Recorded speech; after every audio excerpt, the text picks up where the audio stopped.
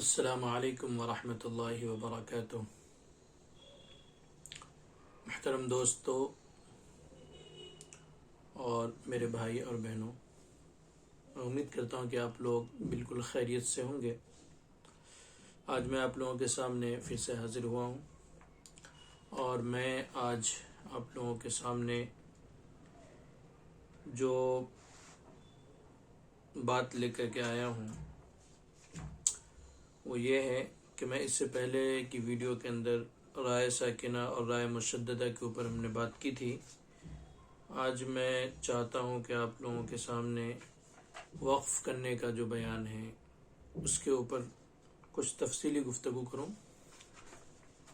تو اس سلسلے میں کہ وقف جب ہم کرتے ہیں، وقف کیا ہے، وقف کہاں کرتے ہیں، کیسے سانس توڑنا ہے، اور اگر ہم سانس توڑتے ہیں تو پھر اس کے بعد ہم آگے کیسے پڑھیں گے اس کو، یعنی پوری بات کریں گے اس کے اندر ہم کہ وقف کرنے کا جو طریقہ کیا ہے، کیسے وقف کرنا چاہیے، کہاں وقف کرنا چاہیے، کہاں ٹھہرنا چاہیے اور کیسے ٹھہرنا چاہیے۔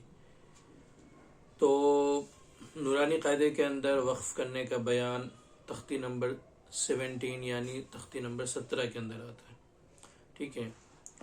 تو اس کے اندر یہ ہے کہ جب ہم وقف کرتے ہیں، یعنی سانس، وقف کے معنی جو ہے ٹھہرنا ہے۔ ایکچوئل میں اگر ہم وقف کے میننگ دیکھیں تو وقف کے معنی ہے ٹھہرنا۔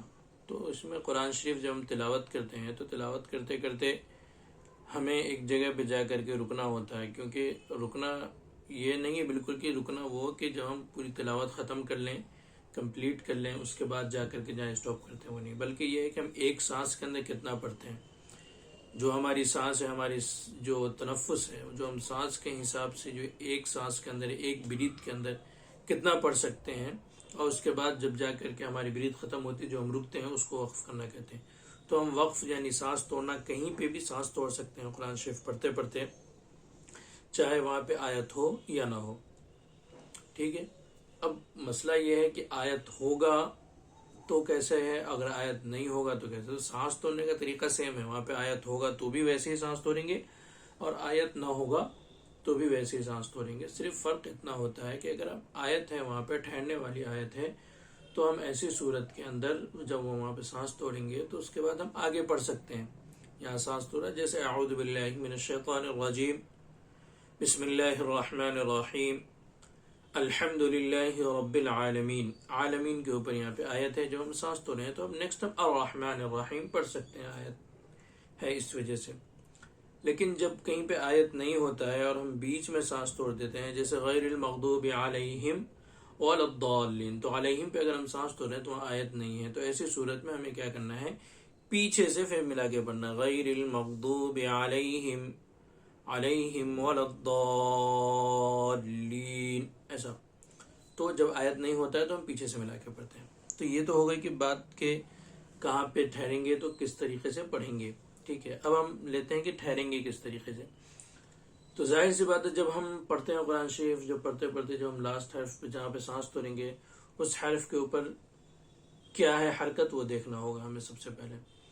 تو چلیے قاعدہ پڑھ لیتے ہیں کہ ایسے گول نشان کو، جو گول سرکل ہوتا ہے اس کو آیت، جو ہم دیکھتے ہیں قرآن شریف کے اندر ایک سرکل بنا ہوتا ہے گول سا، بیچ بیچ میں اس کے اندر نمبرز ڈلے ہوتے ہیں 1 2 3، تو ایسے وہ گول نشان کو آیت کہتے ہیں۔ تو آیت صرف وہ گول نشان نہیں ہے، اس کے علاوہ بھی آیت کی کئی ساری علامات ہیں، وہ علامات وقف ایک الگ ہیں، انشاءاللہ اس کے اوپر میں ایک الگ سے ویڈیو بناؤں گا، اس کے اندر آپ لوگ دیکھیں گے کہ علامات وقف کیا کیا ہیں، اور کون سے علامت وقف کے اوپر ٹھہرنا چاہیے، کہاں نہیں ٹھہرنا چاہیے، کہاں اگر ٹھہر گئے تو پھر آگے پڑھ سکتے ہیں، کہاں پہ نہیں ٹھہرنا چاہیے، کہاں پہ بالکل بھی نہیں ٹھہرنا چاہیے، کہاں اگر سانس توڑے تو پھر پیچھے سے ملا کے پڑھنا چاہیے۔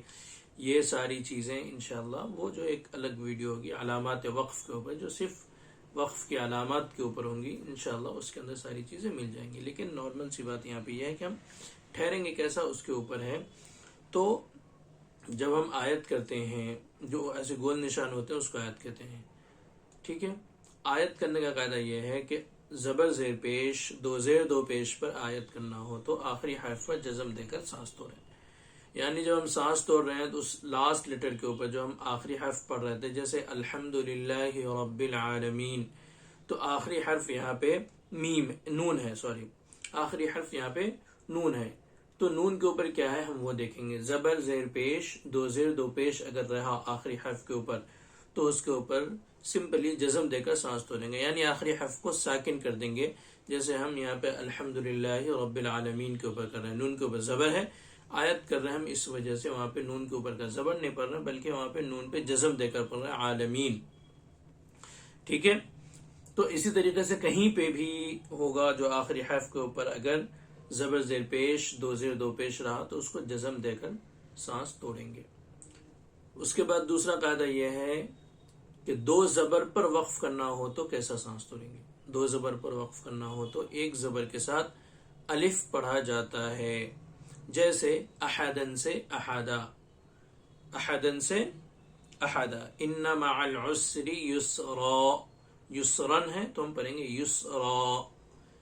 ٹھیک ہے، اس کے بعد ایک قاعدہ اور آتا ہے اس کے اندر کہ گولتا پر آیت کرنا ہو تو وہ ہائے ساکنہ بن جاتی ہے. گولتا پر آیت کرنا ہو تو وہ ہائے ساکنہ بن جاتی ہے، جیسے جاریتن سے جاریہ.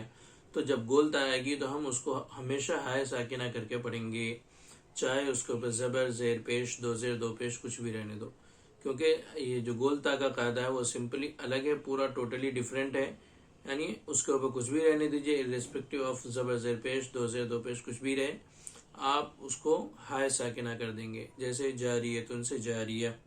تسقى من عین آنیہ لا تسمع فیها لاغیہ.